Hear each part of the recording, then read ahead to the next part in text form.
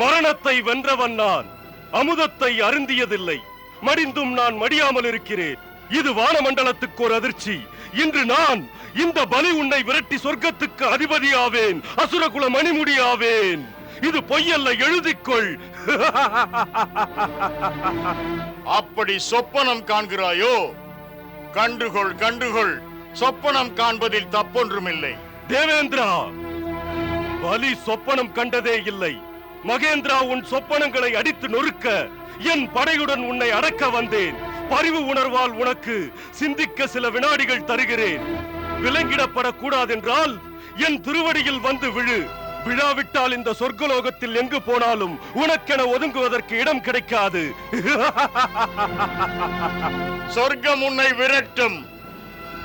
தப்பி பிழைக்க உன்னை எந்த உலகத்திலும் நுழைய விட மாட்டேன். பலி, என் பெயர் இந்திரன். இந்திரன்.